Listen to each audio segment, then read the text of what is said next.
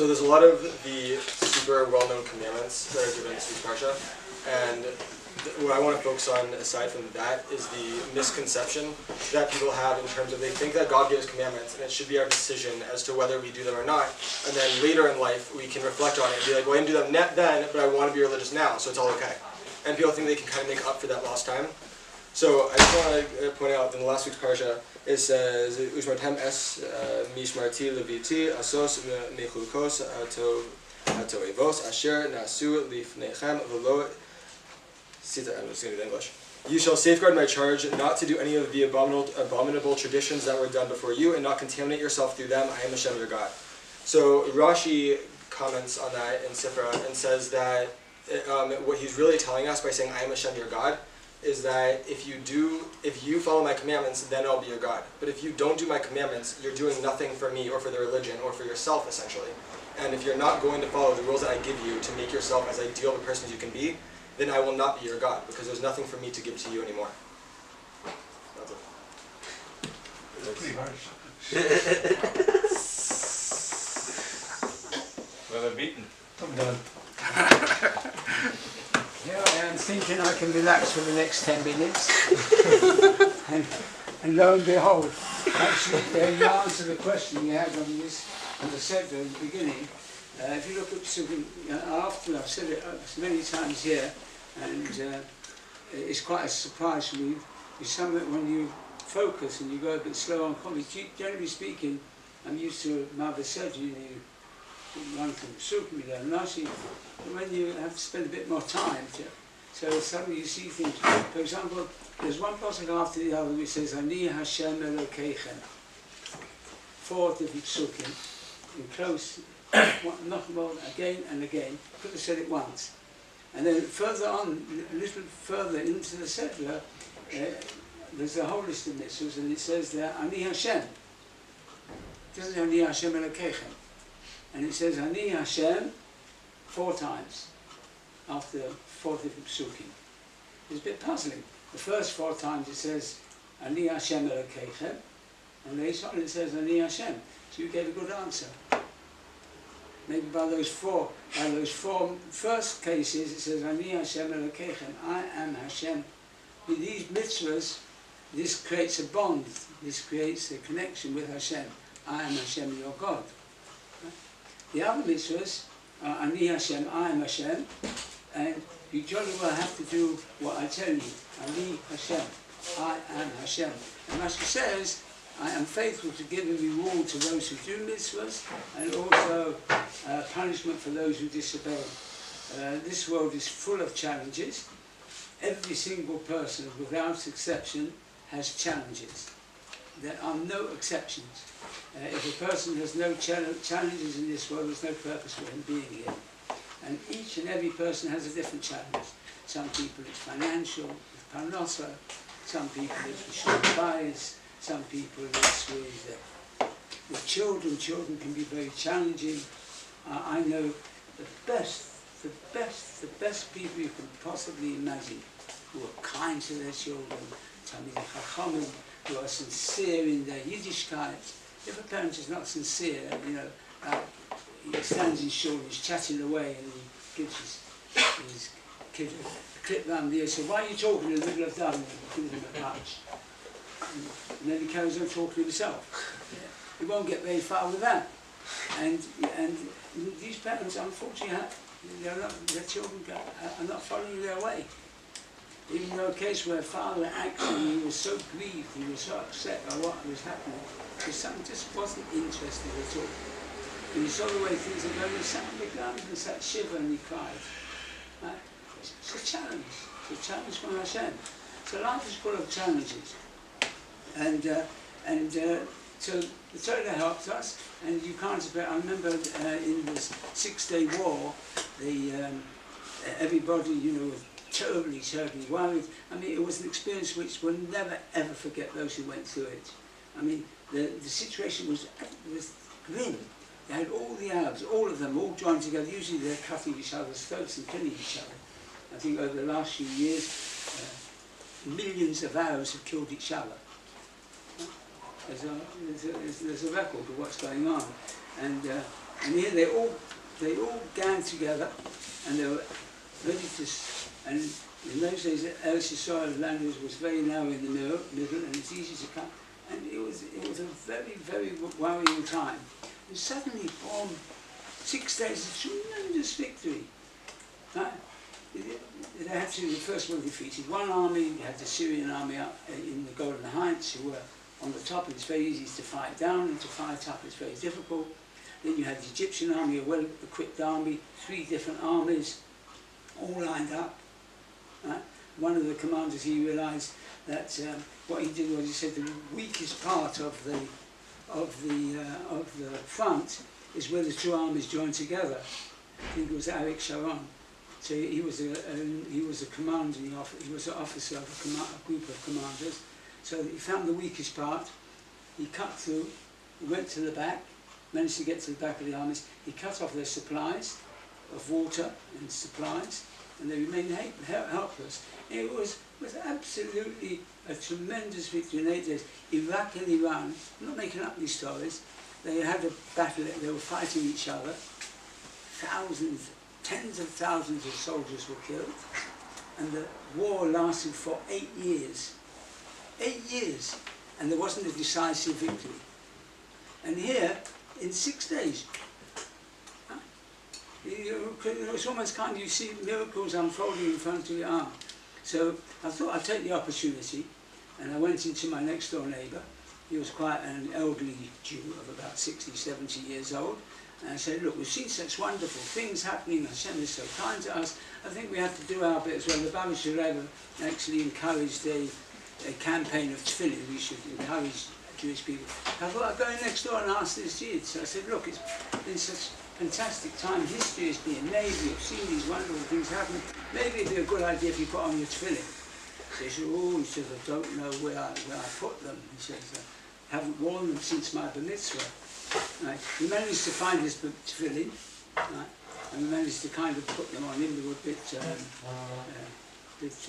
scruffy, but anyway, and so I did the mitzvah. And as I was going, he says, wait a minute. I said, what's now?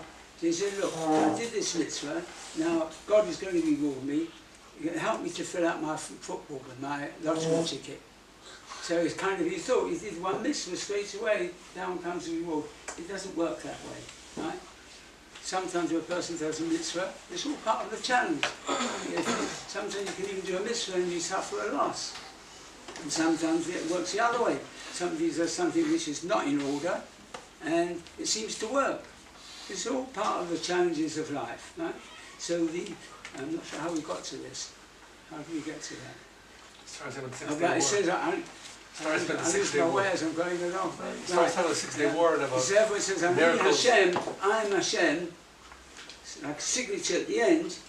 I'm telling you this, and I'm reliable that the one who does the mitzvahs will be rewarded, and those who go against Hashem will ultimately receive a punishment. We believe in punishment and reward. That's part of Jewish belief. We were learning this week, and something quite fantastic actually happened. It was like a message from above. I'm sure you'll agree. The beginning of the Sefer talks about, Achreimos talks about the service in the Beis HaMikdash on Yom HaKippurim. And Yom Kippur was the most holy day of the whole year. The Pasuk says, no man should be in the Kodesh Kedoshim on Yom Kippur in the Kohen Gadol goes in. And the Mefarshim, some of the Mefarshim say that it refers to the Kohen Gadol himself. He must be totally unaware of his own personality as he goes in. He mustn't be there himself. I'm there, I'm the Kohen Gadol. Anyway, when he went in, so it says he had to bring certain sacrifices. And the Pasuk says, Bezos, with this, Yava Aaron and HaKodesh. Aaron was allowed to go into the holies of holies. Now I hope you'll all be able to hold tight. The word Bezos, what does it add up to? 410. 4? 10. 4? 410. No. Bezos, yes, you're right. Yeah. That's pretty quick. Wow. I just read the Rashi before. What? I looked at the Rashi before. Rashi says Bezos is 410? Pretty sure. Bezos, and then he says his reference to the Beit HaMikdash. Yeah, referring to the Beis HaMikdash, where's the 410? 410, yeah? And that's what the years of the base of Mitzvah stood. Ah, good. Okay. I didn't want to steal your thunder. You should come here. You should come here. So it adds up to 410 Berzos, right? Now, on Yom Kippur, one of the highlights of the davening is there's a paragraph there which is called the Son of Toikef. That was authored by Rab Amnon, and Rab Amnon, to cut a long story very short, he was the close advisor of the king. He had enemies, and they told the king that he would put his religion before you, and the king wanted to test him, so he asked Rab Amnon to change his religion. And those days the kings were very powerful. I mean, if you disobeyed a king, that was the end. So the king called Rab Amnon, he said, "You're a close advisor, I give you great honour, you'll be my prime minister, but I would like you, in honour of me, I'd like you to change your religion." So Rab Amnon said, "I need 3 days to decide." 3 days to decide, to think it over. So when he got home, he realised he'd created a Chilul Hashem. If you're asking for 3 days, it means you're in doubt. Huh? In doubt? 3 days? So when it came the time for him to appear, he didn't turn up. The king got very angry, and his punishment was that his arms and legs should be amputated. That was part of his punishment. Not very pleasant, to say the least. And the remains of him were brought into Shul, and he was on the verge of death. He was on the Kippur, and he authored the Son of Toikef. It's a very, very solemn part of the davening, and those who know what it's all about. Years ago, you used to hear people, especially in the ladies' shul, weeping and crying. It says there who's going to pass away, who by fire, who by water, who by this, who by that, and so on.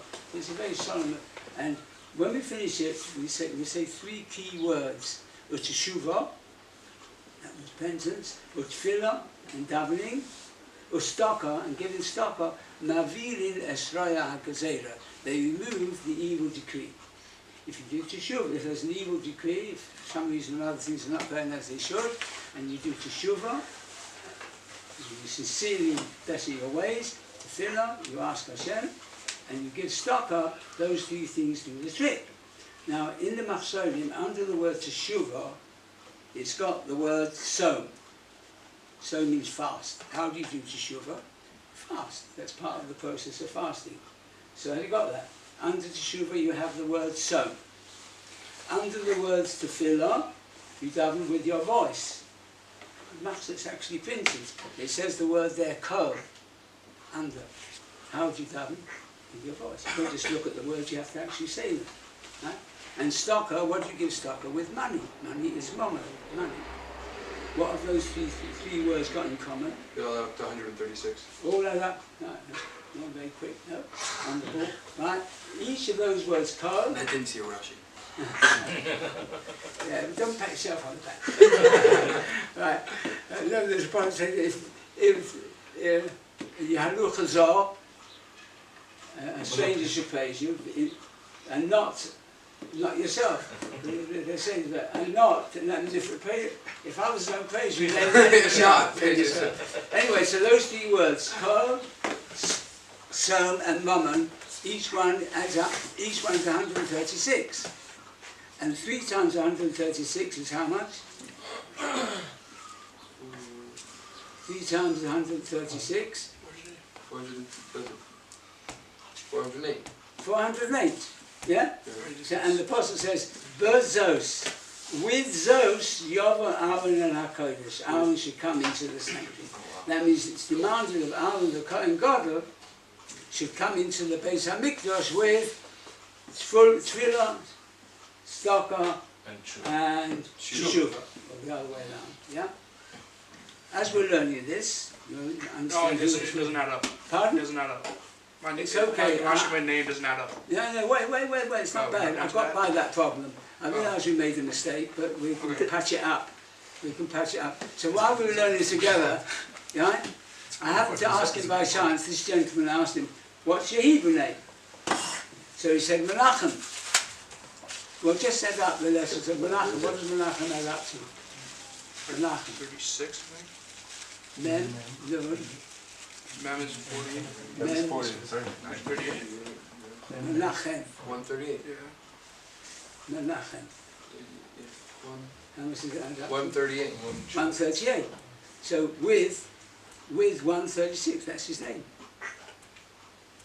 It's supposed to be the punchline of the Dvar Torah. Right? You think this Dvar Torah, it's all circulating round 136, and his name happens to, by the chance, happens to add up to 136. So it's like a message from Hashem, what is demanded of you, my good friend. Okay, you got the message. Right, still got Staka Tefillah. At the beginning of the Seder, Kedoshim, we're moving to Kedoshim, how are we doing for time? The Torah says, Kedoshim Tiyu, you shall be holy. Generally speaking, other religions, they've got special people who are supposed to be very holy. Christian priests are not allowed to get married because they're very holy. And then every other day you hear of a scandal involving some priest somewhere along the line who's been misbehaving himself, right? In some way or the other, won't go into too many sordid details. Right? Our religion says not only one can have relationships with a lady, but it's not a mitzvah. You're commanded to do so in the right time, with the right person, in the right framework. Things which they say is unholy, we say it certainly is holy, it's a mitzvah. Arabs, for example, Muslims are not allowed to drink alcohol, ever. Ever. A friend of mine was a businessman, he's a big businessman, he was, he told me this, he was boarded at the Waldorf is I think the top hotel, and he got friendly with some Arab sheikh, and he was in the dining room, and the Arab sheikh was, he had his 6 wives with him, and goodness of the whole, they've got plenty of money, right? And they were having a tea party, and this Arab sheikh was very friendly. And he was very put out because they didn't even offer him anything. Could have offered him something or other. Right? They're going round and offering tea to everybody, little glasses, you know, just the china, best chinaware, glasses. And when the whole affair was over, so he went to this friend of his, this Arab, and he said, what's going on here? I thought you were all very hospitable. Right? What's going on here? So he said, well, to tell you the truth, we didn't want to make much fuss. But they weren't actually pouring tea into the cups, but they were pouring whiskey. And they're not allowed to drink whiskey or drink alcohol, so they were on the quiet having a little bit of a binge. But the Torah says, when the Torah says, Kedoshim daber el kol adat b'nei Yisrael, speak to all the congregation of the children of Israel. All the congregation. That's me, you, and everybody. And the Torah says, speaking to us, and the Torah says, Kedoshim Tiyu, you shall be holy. So how do we go about being holy? Tell you a story of a very holy man. His name was Baba Sali, I don't know whether you've heard of him. He was a very holy man. There were times when he used to fast, I mean these are not fairy tales, from Shabbos to Shabbos. That means the last thing he had to eat was Havdalah from Shabbos, and the next time he ate was Kiddush on the following Shabbos. Very holy man. Okay? It's interesting to note as well, usually when a person is young and full of vitality, it's not all that difficult to father a child. But as a person gets older, right, so the fire of life kind of cools down a bit. And when a person is 80, 90, it's already kind of, it would be a miracle if he had a child. But Baba Sali, I think, had a child when he was over 90. So it's like, the whole thing is a process of Kedusha. Right? It's just not normal. Right? He was once travelling, a friend of mine, people went in for brachas. And when they went in for brachas, he invited them for, and he was sitting at the table, and he was pouring a bottle of, what's it called? Arak. And he had a serviette round it, right? And he was pouring it round, about 30 guests. And when he started, it was half full. And when he finished, it was still half full. Fantastic, no? Imagine what you could do with a bottle of whiskey. You're drinking, it's still full. This is a man who lived above the laws of nature. He was once being transported from the Sivot, that's where he lived, to Yerushalayim. and halfway along the route the car started to smoke, right? They ran out of water, so they pulled in at the side. They had no water, so they were stuck. So he said to them, I'll show you where there's water. So he got out of the car, and it was a pretty rough area, and he showed them amongst the rocks, walk here, walk there, walk the other, and they arrived at a spot, and there was a spring of fresh water. These stories are recorded, and they're not, as you said, bubba-mices, they're not fairy tales, right? So the driver thought, oh, there is fresh water, spring of fresh water here, filled up, and got ready to go, and he thought to himself, look, this is a bit of interesting information. It's good to know there's a supply of water in case you get stuck. So he put by the side of the road stones in a special order to be a cylinder that if he drives and he needs water, he knows where to stop to get it. A couple of weeks later, runs out of water, no problem. Stops his car by the side of the where he marked it out, gets out of the car, he walks in the same direction, absolutely no sign of any water anywhere. It's actually a story that actually happened. So this man, a friend of mine, actually went in, he wheeled his father into him, and his father had been in a wheelchair for the last 5 years, and in no way could he walk. He went in a wheelchair, and he walked out on his own two legs. A friend of mine actually told me he experiences things. So this man is very, very holy. Obviously, no, special, absolutely special. But the Torah says, Kedoshim Tiyu, you shall be holy. It refers to Kol Adas Yisrael, every single Jewish person. Right? So Rashi says, if you steer clear of anything which is immoral, if you see anything which is, you're going on the bus, you look out the window and you see something which attracts your attention, and it's very pleasant to look at, and you manage to just shut your eyes until the bus passes by, you have fulfilled the mitzvah of Kedoshim Tiyu. If you're reading something and there happens to be a very juicy bit in the middle, which is very interesting, and you realise, well, this is not really I should be reading, after I'm learning Torah the whole day, and you turn the page over, right? You are fulfilling the mitzvah of Kedoshim Tiyu. You are holy. The Rambam learned something somewhat different. The Rambam, I think Rosh Hashiva mentioned it yesterday, that there's a Indian of Kedoshim Tiyu is limit yourself with what is actually allowed. Right? You go to a Kiddush and free drinks. So you take a drink, a nice drink of whiskey, you make Kiddush, you have a drink of whiskey, and then you think, well, and you're already feeling a bit lively, right?